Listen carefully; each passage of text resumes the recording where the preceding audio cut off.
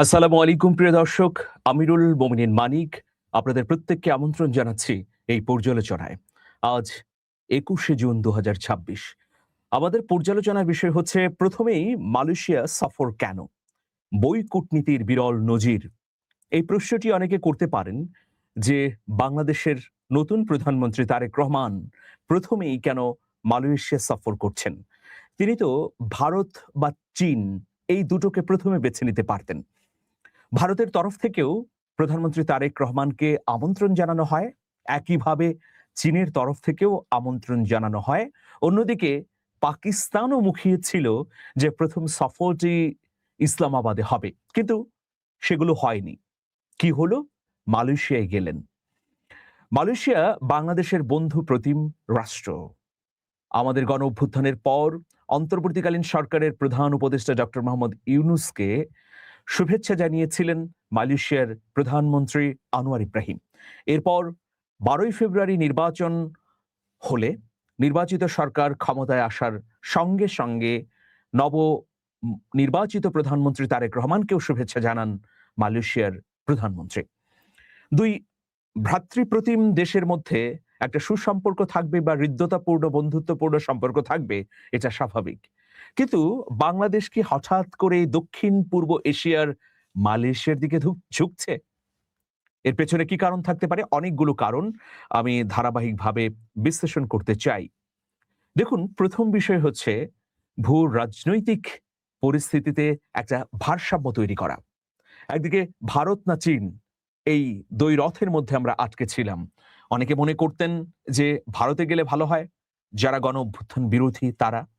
আবার অনেকে ভেবেছেন যে প্রথম সফরটি চীনের হোক। কিন্তু তিনি মালয়েশিয়া সফরের মধ্য দিয়ে তৃতীয় একটি দেশে সম্পর্ক উন্মোচনের নতুন বার্তা দিলেন। মানে আমাদের দক্ষিণ পূর্ব এশিয়াতেও সম্পর্কের দিগন্তকে বিস্তৃত করা প্রয়োজন, সেই বার্তাটি দিলেন। এর মধ্য দিয়ে না ভারত না চীনে তিনি গেলেন না,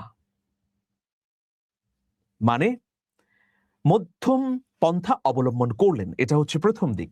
দ্বিতীয় দিক হচ্ছে মালয়েশিয়ায় বিপুল সংখ্যক বাংলাদেশিরা কাজ করেন। আমাদের শ্রমবাজারের ধারাবাহিকতা যদি রক্ষা করতে হয়, মালয়েশিয়াকে অবশ্যই সামনে রাখতে হবে। আমরা জানি যে মধ্যপ্রাচ্যে আমাদের বিপুল সংখ্যক ভাই বোনেরা কাজ করেন। তারপরেই যদি গুরুত্বপূর্ণ রাষ্ট্র হিসেবে আমরা দেখি, মালয়েশিয়াকে ধরতে হবে।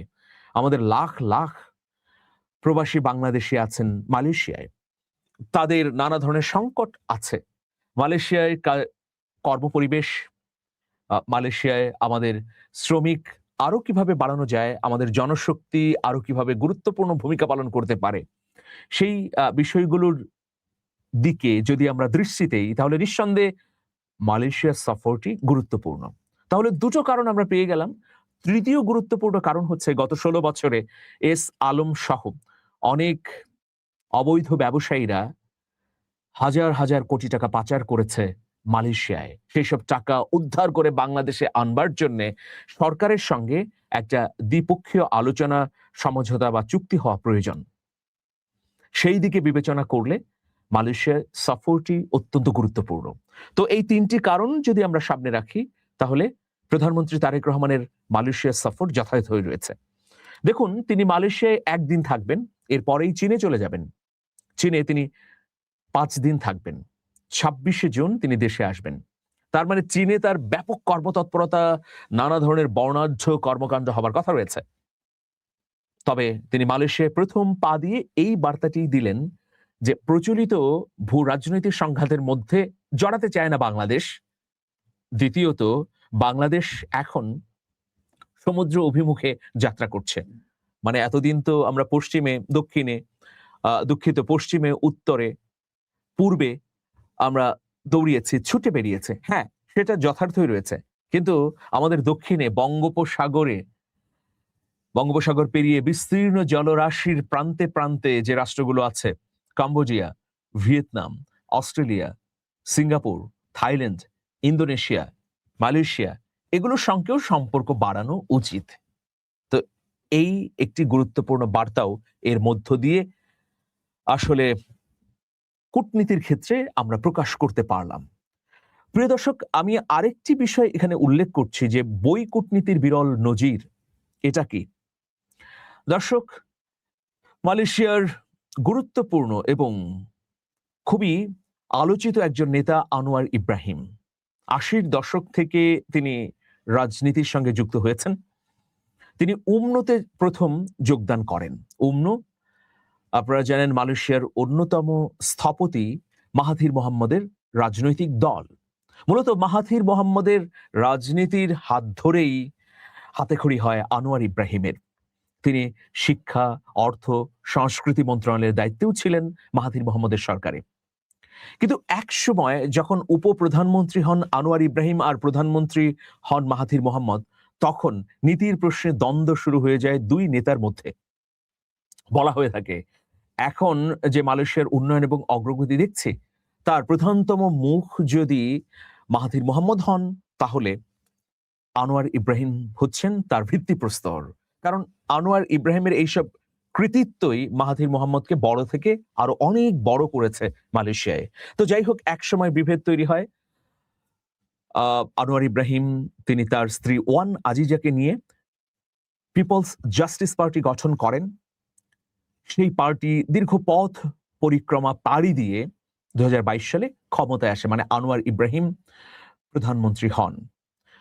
দেখুন, ১৯৯৮ সালে আনোয়ার ইব্রাহিম ছিলেন উপপ্রধানমন্ত্রী।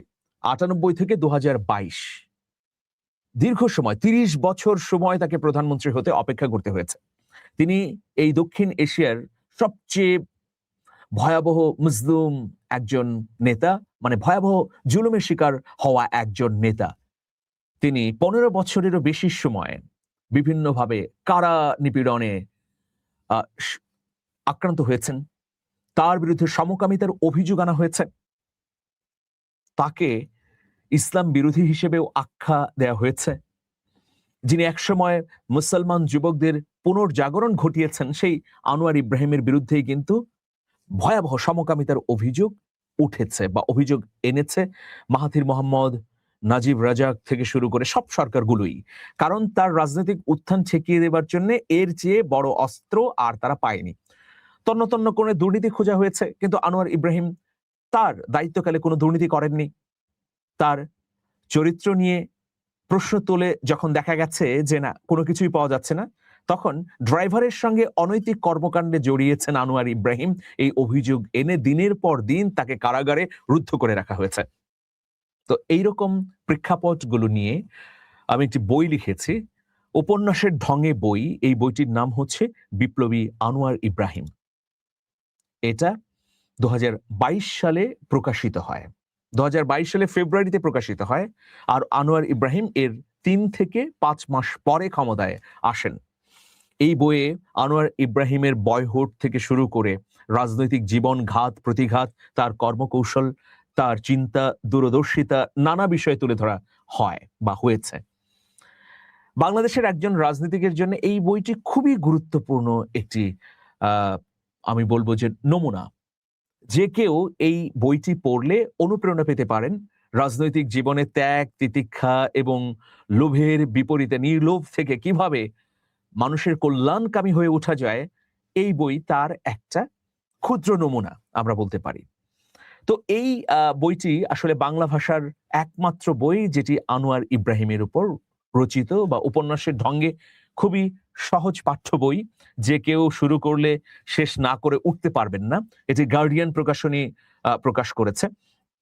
তো এই বইটি আসলে কূটনীতির ক্ষেত্রে গুরুত্বপূর্ণ ভূমিকাও রেখেছে। কি সেটা? আপনারা জানেন যে আনোয়ার ইব্রাহিম ক্ষমতায় আসার পরে একটা আশঙ্কা সবার মধ্যে ছড়িয়ে পড়ে যে তিনি বাংলাদেশিদের তাড়িয়ে দেবেন। কারণ আনোয়ার ইব্রাহিম জাতীয়তাবাদের ক্ষেত্রে বা নিজের দেশের মানুষের জন্য সবার আগে চিন্তা ভাবনা করেন। তিনি দারুণভাবে জাতীয়তাবাদী, ফলে অভিবাসী নীতির পরিবর্তন আনতে পারেন। বিশেষ করে বাংলাদেশি এবং ভারতীয় যারা মালয়েশিয়ায় শ্রমশক্তি দিয়ে বিপুল পরিমাণ বৈদেশিক মুদ্রা অর্জন করেন, তাদের বিরুদ্ধে বৈধতা এবং নানা ধরনের ইস্যু এনে একটা শাস্তির মুখোমুখি করা হতে পারে। তো এইরকম আশঙ্কা কিন্তু ছড়িয়ে পড়ে, বা অনেকে মনে করতে থাকেন যে যেহেতু মাহাথির মোহাম্মদ তার পিতৃপুরুষের বাড়ি হচ্ছে চট্টগ্রামে। সে কারণে বাংলাদেশিরা মালয়েশিয়ায় গিয়ে প্রাধান্য পেয়েছেন বা বিশেষ আনুকূল্য পেয়েছেন। কিন্তু তার বিপরীতে মাহাথির মোহাম্মদ এর ক্ষমতা চলে যাবার পর যখন আনোয়ার ইব্রাহিম এলেন, নিশ্চয়ই বাংলাদেশের আহ, জনশক্তির বিরুদ্ধে তিনি অ্যাকশনে যাবেন। বৈধ অবৈধ অনুসন্ধান করে বিপুল সংখ্যক প্রবাসী বাংলাদেশিদের তিনি চাকরিচ্যুত করবেন বা বের করে দেবেন বা জেলখানায় নেবেন, এরকম একটা আশঙ্কা ছিল। কিন্তু বাংলাদেশের মানুষ যে শুধু মাহাথির মোহাম্মদ না, বরং আনোয়ার ইব্রাহিমকে ভালোবাসে, সেটার একটা নমুনা হিসেবে এই বইটি আনোয়ার ইব্রাহিমের কাছে গুরুত্বপূর্ণ ভূমিকা হয়ে কাজ করেছে। দেখুন, বাংলাদেশ সফর করেছিলেন আনোয়ার ইব্রাহিমের একজন উপদেষ্টা, মালয়েশিয়ার প্রধানমন্ত্রী আনোয়ার ইব্রাহিমের তথ্য প্রযুক্তি বিষয়ক উপদেষ্টা এবং পেনাং রাজ্যের সংসদ সদস্য অধ্যাপক doctor Mohammad Fawzan H J Nurdin. তিনি বাংলাদেশে এসেছিলেন, ব্যবসায়িক নেতাদের সঙ্গে বৈঠক করেছেন, বুদ্ধিবৃত্তিক নানা সেমিনারেও অংশ নিয়েছেন। 2023 সালের ঘটনা। সেই সময়ে আপনারা ছবিতে দেখছেন, আমি এই বইটি তাকে তুলে দেই। তো এই বই তুলে দেবার পরে তিনি উচ্ছ্বসিত প্রশংসা করেন। পরবর্তীতে তিনি মালয়েশিয়ায় গিয়ে আনোয়ার ইব্রাহিমের হাতে এই বইটি দেন। এই বইটি দেবার পর ছবি নেন, এই যে ছবিটি দেখতে পাচ্ছেন, ছবিটি তিনি আমাকে পাঠান এবং আমাকে জানান যে বইটি পেয়ে আনোয়ার ইব্রাহিম উচ্ছ্বসিত প্রশংসা করেছেন। তিনি বলেছেন যে বাংলাদেশের একজন মানুষ আমার উপরে বই লিখতে পারে, এটা আমি অবাক হয়েছে, বিস্মিত হয়েছে যে আমার জীবনের নানা দিক এই বইয়ে তুলে ধরা হয়েছে। তিনি আবার সেটা অনুবাদ করে পড়েছেনও। আপনাদের জন্য আরেকটা খবর জানিয়ে রাখতে চাই যে এই বইটি মালয় ভাষায় অনুদিত হচ্ছে। তো ফলে বাংলাদেশ সম্পর্কে তার আগের যে ভালোবাসা, প্রীতি বা অনুভূতি, তা কিন্তু এই বই পড়ার মধ্য দিয়ে আরো খানিকটা বৃদ্ধি পেয়েছে। মালয়েশিয়ার অনেক প্রবাসী বাংলাদেশি ভাইয়েরা আমাকে ফোন করে এই বইটি সংগ্রহ করেছেন। তারা বলেছেন যে এই বইটির কারণে মালয়েশিয়ায় অনেক বিপদ থেকে তাৎক্ষণিকভাবে উদ্ধার পেয়েছেন।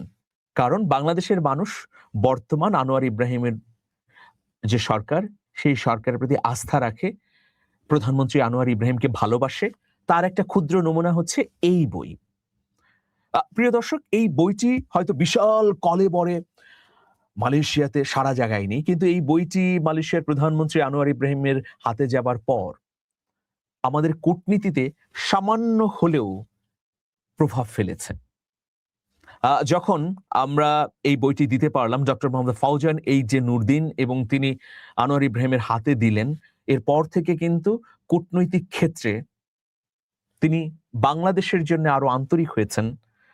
বাংলাদেশের প্রবাসী ভাইয়েরা যেন অসুবিধায় না পড়েন, সেক্ষেত্রে কিছুটা হলেও তার মনের ভেতরে একটা সফট কর্নার তৈরি হয়েছে।